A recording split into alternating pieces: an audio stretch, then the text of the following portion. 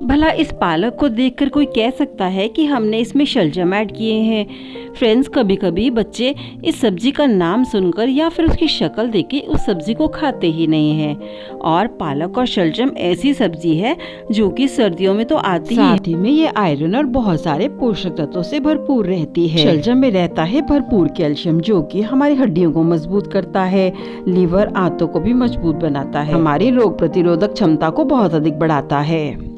इन्हें बनाने के लिए हमने यहाँ पे कुछ मसाले ले लिए हैं। यहाँ पे हमने लिए हैं 2 मीडियम साइज प्याज, 1 मीडियम साइज टमाटर, 2 हरी मिर्च को लिया है और हमने 6-8 लहसुन की कलियों को छील के लिया है।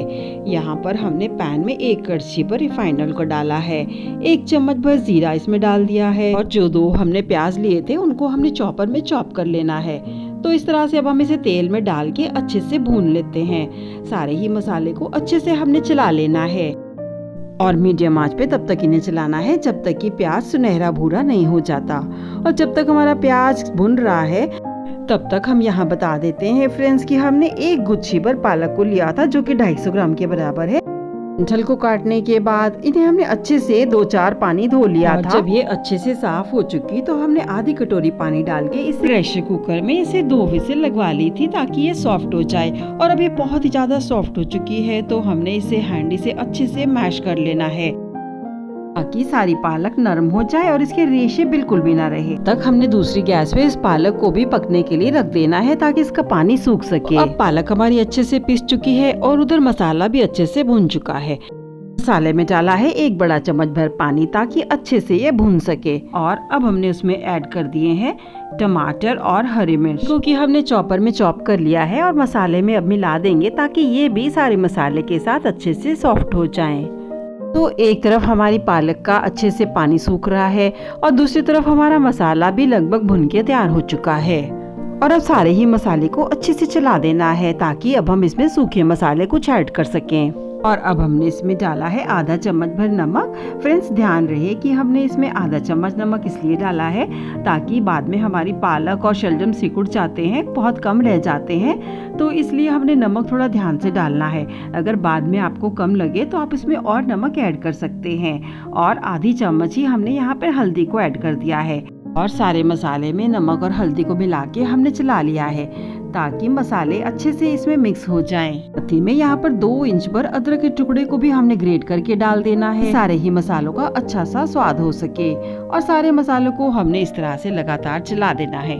और अब आप देख सकते हैं फ्रेंड्स, जैसे जैसे हमारा मसाला भुनता जाएगा इससे तेल भी अलग होता चला जाएगा।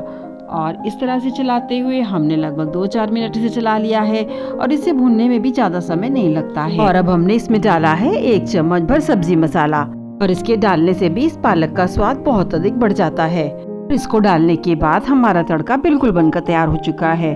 तो हमारी जो पालक उबल के पक चुकी है, इसका पानी भी अच्छे से सूख चुका है। तो इस तैयार तड़के को हमने अब इस पालक में ऐड कर देना है ताकि इसमें हम छौंका लगा सके। अब हमने इस तैयार तड़के को इस पालक में डाल दिया है और अब इस तड़के को भी हमने इस पालक में अच्छे से कड़छी की सहायता से चला देना है, जिससे कि पालक हमारी अच्छे से मसालेदार सी बनकर तैयार होती है।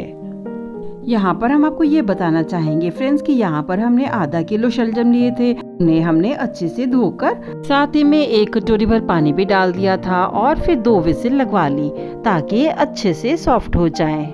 और कुकर ठंडा होने के बाद हमने इन्हें खोल के निकाल लिया है और अब ये बहुत ही ज़्यादा सॉफ्ट से हो चुके हैं। और ये देखिए फ्रेंड्स, हमने इन्हें छील कर बिल्कुल नहीं डाला था। जरा सा हल्का सा भी चाकू से स्क्रैच करेंगे तो आराम से इसका छिलका निकल आता है। तो इस तरह से इसका छिलका निकालना बहुत ही ज़्यादा आसान होता है और साथ ही में ये बहुत ही ज़्यादा नरम से सॉफ्ट से हो जाते हैं। तो इस तरह से अगर आप पहले इसे विसिल लगवा लेते हैं तब भी ये बहुत ज़्यादा सॉफ्ट हो जाते हैं। और आप चाहें तो जब पालक को आपने उबाला था उसके साथ भी इन्हें छील के उसके साथ ही आप 2 विसिल लगवा सकते हैं। और इस तरह से दोनों ही चीजों को 2 विसिल आप लगवा लेंगे। इस तरह से पहले ही जब इन दोनों को विसिल लग जाती है तो हमें ज्यादा मेहनत बिल्कुल भी नहीं करनी पड़ती। सिर्फ हमने इसमें मसाला ही तैयार किया है, दोनों चीजों को पकाने में बिल्कुल भी समय नहीं लगने वाला है। तो अब हमने छिलका उतारने के बाद इन शलजम के छोटे छोटे टुकड़े कर लेने हैं। फिर हमने पालक में तो तड़के को ऐड कर ही दिया था और अब हम इन शलजम को भी इनके साथ ऐड कर देते हैं। इस तरह से हमने सारे ही शलजम को पालक में अब ऐड कर दिया है। कड़छी की सहायता से सभी ही चीज़ों को बहुत अच्छे से हमने चला लिया है ताकि सभी चीज़ें अच्छे से मिक्स हो जाएं। इसके लिए हमने 5-7 मिनट इसे ढक्कन लगा के इस तरह से छोड़ दिया है। देख सकते हैं फ्रेंड्स कि पालक और शलजम बिल्कुल ही अच्छे से मिक्स हो चुके हैं और इसमें शलजम अब बिल्कुल भी दिखाई नहीं दे रहे हैं। कड़छी की सहायता से थोड़ा थोड़ा इसे दबाते हुए हमने मैश कर लिया है और अब इसका पानी भी अच्छे से सूख चुका है। तो बस अब हमारी दोनों ही चीज़ें बनकर तैयार हो चुकी हैं। तो ये पालक का स्वादिष्ट सा शलजम के साथ साग बनकर तैयार हो चुका है। बहुत ही ज़्यादा स्वादिष्ट बनता है और सर्व करने के पहले फिर से एक बार छौंक लेना है। पे हमने डाला है 1 बड़ा चम्मच घर का बना शुद्ध देसी घी और इसमें हमने 1/4 चम्मच भर कश्मीरी लाल मिर्च को डाल दिया है जो कि कड़वी बिल्कुल भी नहीं होती है। और 1 हरी मिर्च जो कि हमारे गमले की फ्रेश उगी हुई है, इसमें भी कड़वापन बिल्कुल भी नहीं है।